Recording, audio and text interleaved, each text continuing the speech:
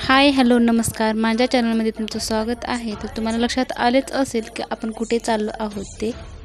मी तर खूप खुश होते कारण मला माहिती नव्हतं इकडे जायचं आहे म्हणून, आणि खूप दिवसापासूनची माझी ही इच्छा सुद्धा होती। तर मला तिकडे जायचं होतं। कोयम्बतूर हे तामिळनाडूमध्ये येतं आणि तिथे आदियोगी महादेवाची खूप प्रचंड मोठी अशी मूर्ती आहे। 112 फूट मूर्ती आहे। तर फायनली आम्ही आता पोहोचलेलो आहोत। तर व्हिडिओ कंटिन्यू नक्की करा। तर तुम्ही पाहू शकतात इथे किती मोठं ग्राउंड आहे आणि किती अंतरावरती चालत जावं लागतं। कारण आम्ही रात्रीची वेळ होती, 7 वाजता 7:30चा टायमिंग होता।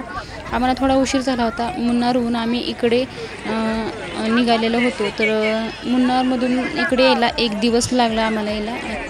प्रचंड अशी गर्दी होती। तर आम्ही या ठिकाणी ज्यावेळेस गेलो त्या दुसऱ्या दिवशी तिथे PM मोदीसुद्धा आले होते। तर खूप छान आहे मूर्ती, एक वेळेस नक्की जा। आणि इथलं वातावरण एकदम खुलं मैदान आहे। एकदम इथं आसपास तर पाहायला गेलं तर छोटे मोठे दुकानंसुद्धा इथं बिलकुल भेटणार नाही। तर फक्त पाण्याची सोय आहे जागोजागी, त्यांचेच फिल्टर लावलेले आहेत। असं दुसरं कसलंही दुकान नाही अंतरावरती, आम्हाला तर दिसलंच नाही।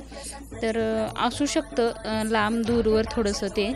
तर खूप छान असं दर्शनसुद्धा झालं आणि स्वप्नाच्या पलीकडे म्हणायला सुद्धा हरकत नाही, इतकं सुंदर असं वाटत होतं। कारण मला खरंच माहिती नव्हतं या ठिकाणी जायचं आहे म्हणून। तर अचानकच आम्ही तिथे गेलो। तर फायनली आमचं दर्शन वगैरे झाले आणि इथे यांच्या गप्पा चालू आहेत। कारण हे महाराष्ट्रामधले इथं काही माणसं भेटले त्यांना, मग ते गप्पा मारत थांबले होते। थोड्या वेळासाठी आम्ही इथे थांबलो। तर त्यानंतर आम्ही आता इथून निघणार आहोत। तर 5-6 दिवसासाठी गाडी बुक केलेली होती। तर आजचा शेवटचा दिवस आहे।